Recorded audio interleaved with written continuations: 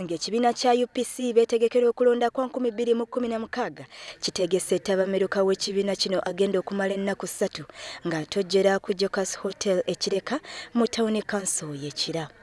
Wano we basabidde eyali ssenkagale w'ekibiina kino Dr. Olwalo Tunu ne banne bakomewo mu kibiina enjawukana baziveeko basobole okutwala ekibiina kyabwe mu maaso. Banneekane eyambisa akazindalo ke kamu Ambassador Muzeeyi Olwalo Tunu tuli beetoowaze nnyo era tuli bawombeefu ddala nga tukutegeeza nate nga tukujjukiza nti olunaku lwa National Council lwa nkya.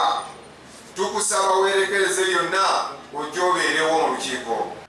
Mu lukuŋŋaana luno bannakibiina kya UPC basuubira okuteesezaamu ebintu bingi ebikwata ku kibiina kyabwe wamu n'okulayiza akakiiko akagenda okulembera ekibiina kino. Ku agenda ya National Council tugenda kutunulira ensonga ya TPA. Kiri kimu ku agenda eza National Council etandika enkya. Era bwe tuviiramu ku lw'omukaaga tujja kuba tulina ekiwandiiko ekisayininge ekituwa enkola nga bwe tunaatambula ne TPA. Bannakibiina kya UPC era bawakanyiza ennongosereza ku ssemateeka ezayitiddwa olunaku lw'eggulo mu Paalamenti ya Uganda ne bagamba nti tezikoleddwa kuyamba muntu wa wansi.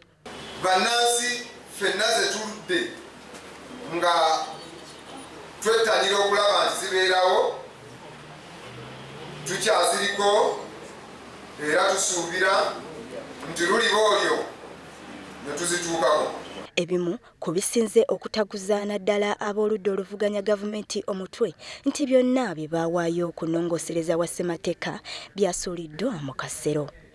Joyce Namitala, WBS TV, Kampala.